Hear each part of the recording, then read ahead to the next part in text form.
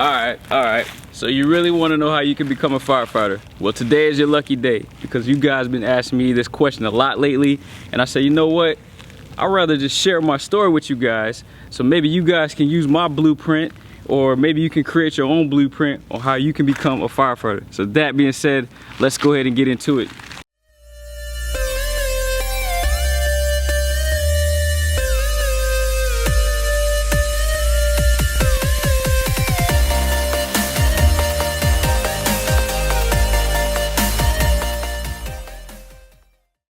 Dog, why do you have your belt on already? Stay ready, don't have to get ready. What are you sweating for, man? We ain't even did shit yet. Oh, that was me fixing my hair, truthfully.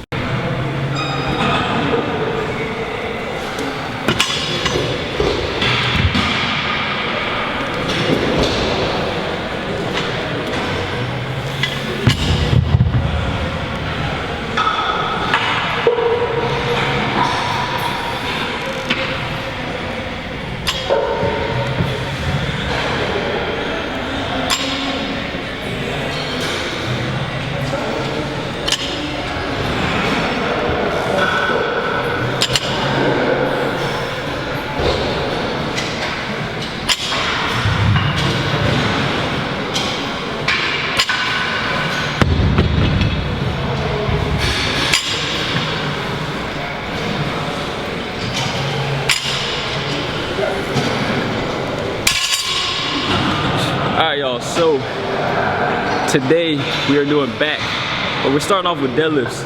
So my partner here, he's actually going to be doing regular deadlifts.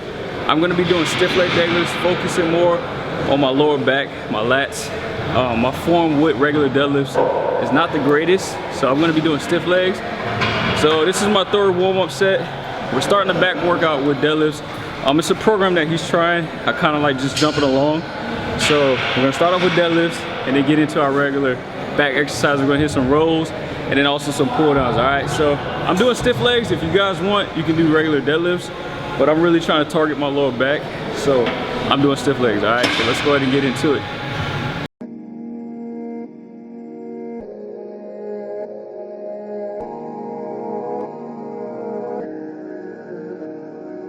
This is a Chucky Beat production.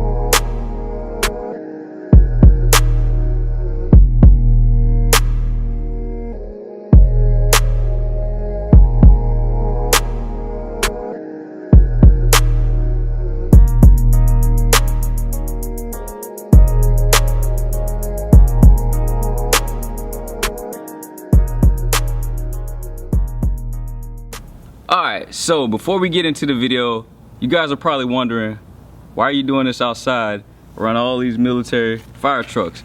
Well, my story starts like this, guys. When I was 17 years old, I basically enlisted in the Army National Guard.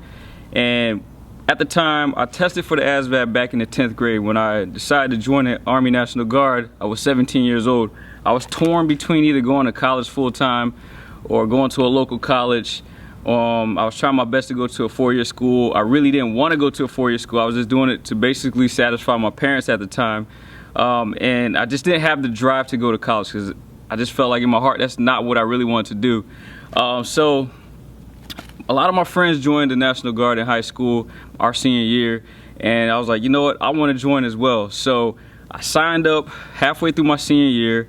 Well, I started looking into it halfway my senior year. I actually was going to join the Coast Guard full time because my dad really wanted me to do that, and that was something I was really looking at as well as doing. So basically, long story short, when I basically went to the recruiter, talked to the recruiter, he gave me a list of jobs that I can apply for based off my ASVAB score. At the time I took this ASVAB back in the 10th grade, it was a test that I didn't take serious, so I scored pretty decent, but if I would have really applied myself and studied for it, I probably would have scored high. And a lot of people ask me about the ASVAB, how the ASVAB works, guys.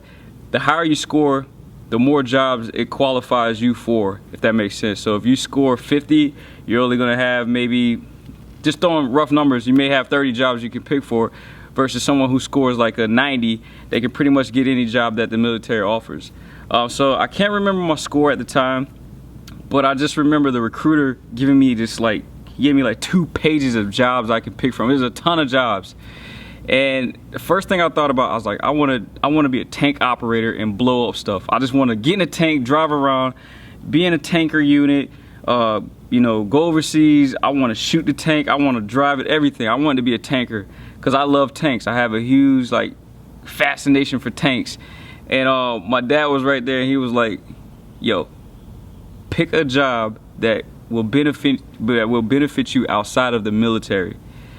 And I was like, all right. So I'm looking through the list of jobs, and you know, there's jobs like being a carpenter, electrician, plumber. I can't remember the actual job series number because every military job has like a series number. And I saw MP and I was like, okay, military police. And I kept looking. Next thing you know, firefighter. It just stood out to me out of all the jobs, and I was like, yo, I want to be a firefighter, just like that. Never in my life thought about being a firefighter. I just simply looked down and said, I want to be a firefighter, just like that. So long story short, the recruiter was like, hey, you know, I don't know if we can get you that job. That job is really hard to get. The slots are real slim, very limited. So I was like, look, I want this job. If you give me this job, I'll sign up. So about a week later, the recruiter contacted my father. I was 17, so I had to do a lot of this through my parents. They had to sign me in. Recruiter contacted my parents and was like, hey, we can get you the slot. And I became a firefighter in the Army. So not knowing anything about being a firefighter, went through basic training and then had to go to your school, which in my case was Fire Academy in Goodfellow, Texas. And got down there and absolutely fell in love with firefighting, guys. It's a job built for me because it's not a desk job. It's a job that you still do hands-on stuff, and it's a job that allows you to help people. So went through 14 weeks of firefighter school, came out with all my certifications, came back home 2 weeks from being out of AIT. I said, you know what, I'm just gonna put in for some fire departments and see what happened. 2 weeks out of being out of Fire Academy, I got a full-time job at the age of 18. You know, basically I was 18 years old with a job that I'm getting salary, I have benefits, I'm paying into a retirement, and I just remember that moment being such a huge milestone in my life. And if it wasn't for the military, I would not be in the position I am today. Today, actually the end of this month, August 25th will be, that's been a long time, guys. Almost 13 years I've been a firefighter. I've been in the Army for almost 15 years, and I've been a full-time career firefighter, paid firefighter for 13 years. And it's truly, in my opinion, one of the best jobs out there. Start out pay is not the greatest, you know, depends on where you live, but it's one of those jobs where it's very rewarding. You're able to help people in need, and it's just a hands-on physical job. And I like the whole atmosphere. When you come to work, it's like a family. You know, you eat dinner together, you eat meals together, you work out together, you do a lot of things together, and I like the atmosphere, and I like the shift work. And a lot of people don't know, firefighters, a full-time firefighter only works 10 to 12 days a month because we work shift work. So it's a job where you can also pursue other jobs if you want, or other passions in your life. So it allows you, in my opinion, it allows you to do a lot of things.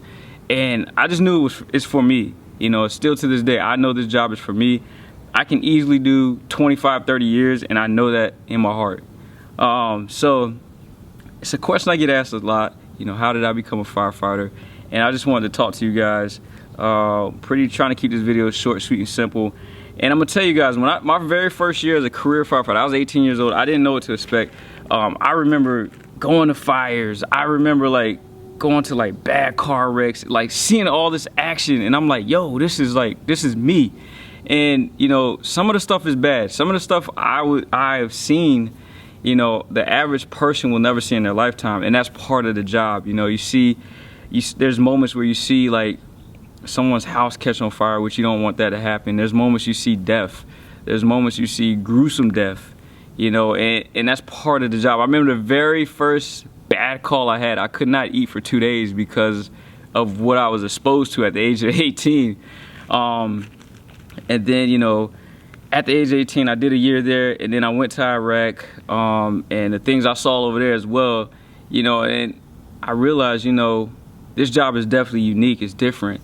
But I get asked all the time how to become a firefighter, where there's really no blueprint. You know what I'm saying? At the end of the day, I tell a lot of people who's young, you know, they don't know what they want to do in life, or people who's wanting to switch and transition into being a firefighter. The best thing I can tell you guys to do, if you don't have the pretty much the outline that I was able to come across or able to follow, the best thing for you guys to do is find your local fire department and go to them and say, hey, what are your requirements to be a full-time firefighter here? Join their volunteer program, get into a volunteer program, because a lot of fire departments hire from their volunteer programs. And then start doing things on your own, like putting yourself through certain classes, schools if you can. I know some departments, if you get on their volunteer program and you commit to it, they will send you to Fire Academy and pay for all of that, which most academies are like about 8 weeks, depending on your state.